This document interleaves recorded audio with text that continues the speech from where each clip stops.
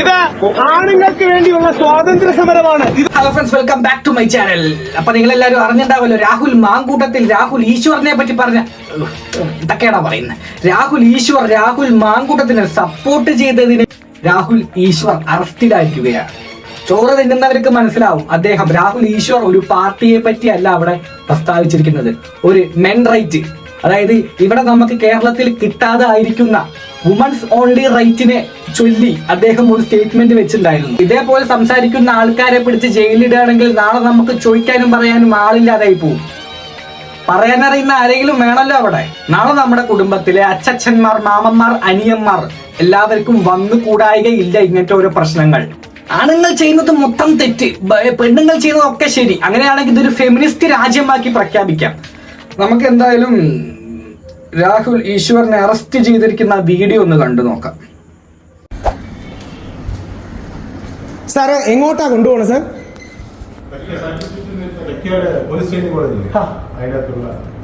അങ്ങനല്ല, ഞങ്ങൾ വിളിച്ച് പറയണോ?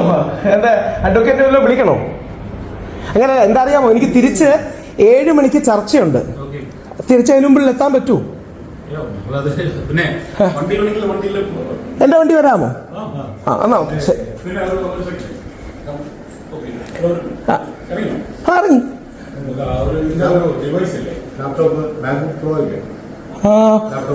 ലാപ്ടോപ്പ് ഓഫീസിലാണ്, ടെക്നോ പാർക്ക്. ഇന്ന് അടപ്പാ ഇന്ന്. സാർ ഹലോ,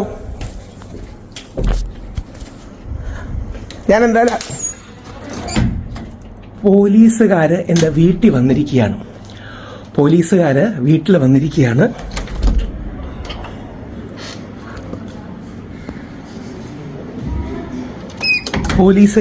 വന്നിരിക്കുകയാണ്. എന്നെ തൈക്കാടോട്ട് കൊണ്ടുപോവാണ്. അതിനുവേണ്ടിയാണ് ഇവർ വന്നത്.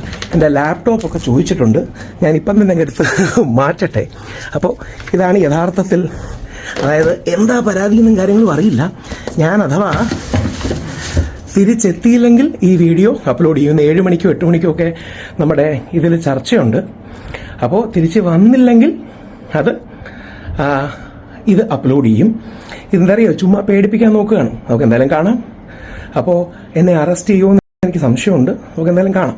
എന്തിന്റെ പേരിലാണ് ഈ രാഹുൽ ഈശ്വറിനെ അറസ്റ്റ് ചെയ്യുന്നത്? അതെനിക്ക് മനസ്സിലാവാത്തത്. അദ്ദേഹം വുമന്റെ പേരോ അല്ലെങ്കിൽ ഫോട്ടോ എന്തെങ്കിലും വെളിപ്പെടുത്തിയിട്ടുണ്ടോ? കൂടി പോകുന്നു. ഉടൻ തന്നെ രാഹുൽ ഈശ്വറിനെ പൂജപ്പുര ജയിലിലേക്ക് എത്തിക്കും. ജയിലിൽ നിരാഹാര സത്യാഗ്രഹിക്കുക. അത് കോടതിയെ പോലീസ് തെറ്റിദ്ധരിപ്പിച്ചതാണ്. പോലീസ് പച്ചക്കള്ളങ്ങൾ കോടതിയിൽ പറഞ്ഞിട്ടുണ്ട്. പച്ചക്കള്ളങ്ങൾ.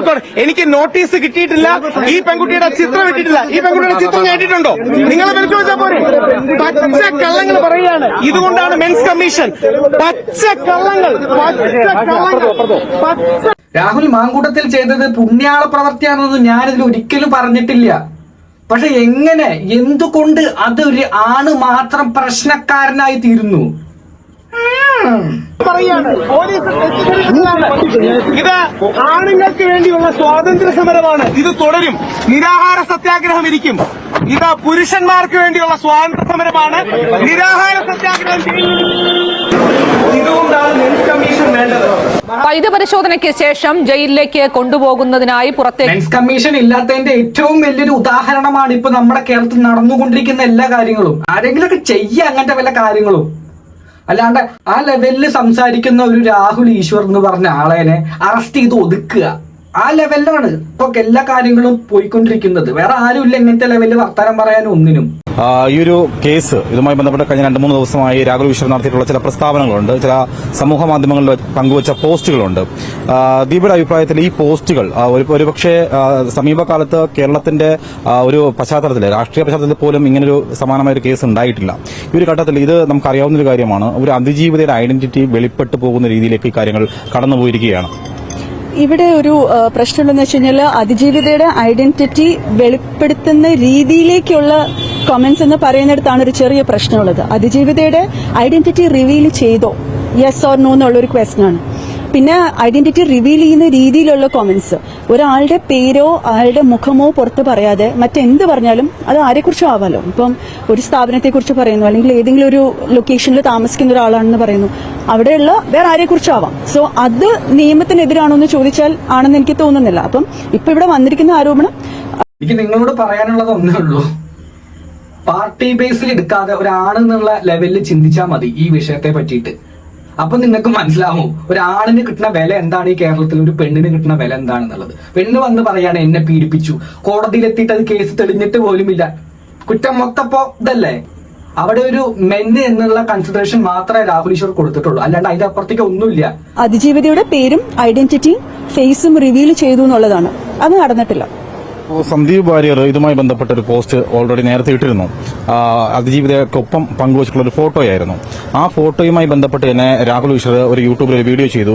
ആ വീഡിയോയുമായി ബന്ധപ്പെട്ട് സന്ദീപ് വാര്യർ പിന്നീട് എഴുതുകയാണ് വളരെ കൃത്യമായിട്ട് ഈ ഐഡന്റിറ്റിയിലേക്ക് അതിജീവിത ആരാണെന്ന് ഏതൊരു മലയാളിക്കും മനസ്സിലാകുന്ന തരത്തിലാണ് പോസ്റ്റുകൾ വന്നിരിക്കുന്നത്. പരസ്പരം രണ്ടുപേർ എഴുതിയ പോസ്റ്റുകളാണ്. ഇപ്പോൾ സന്ദീപ് വാര്യറും ഈ കേസിൽ ഇപ്പോൾ പ്രതിയായിരിക്കുകയാണ്.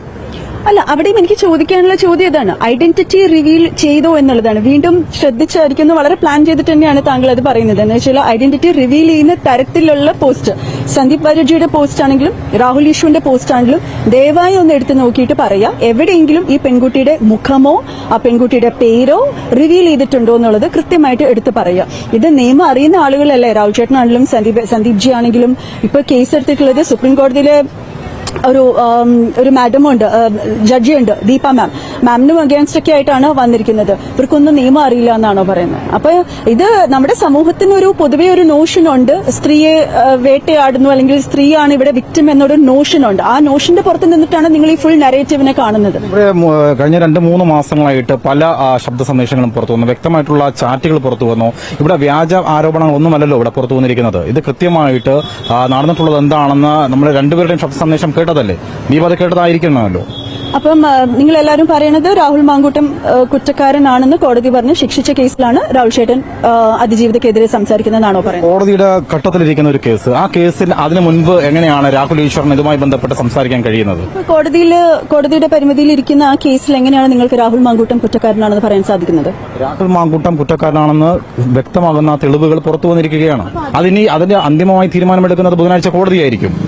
അതിനു മുൻപ് ഒരു ചോദ്യം കൂടി, അതിനു മുൻപ് രാഹുൽ മാങ്കൂട്ടം ഈ വിഷയവുമായി ബന്ധപ്പെട്ട് ഇതുവരെയും പരസ്യമായി അദ്ദേഹം ഒരു പ്രതികരണവും നടത്തിയിട്ടില്ല. അയാൾ മൗനത്തിൽ തന്നെയാണ്, അയാൾ ഇപ്പോൾ ഒളിവിൽ കൂടിയാണ്.